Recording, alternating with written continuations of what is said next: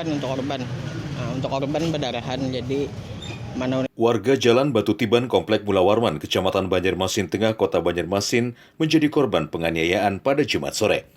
Korban yang diketahui bernama Edi Susanti, berusia sekitar 60 tahun, terlihat berlumuran darah di kepala dan wajah. Usai mendapat pukulan oleh pelaku diduga menggunakan mangkok, lantaran di lokasi kejadian ditemukan pecahan mangkok kaca yang berlumur darah.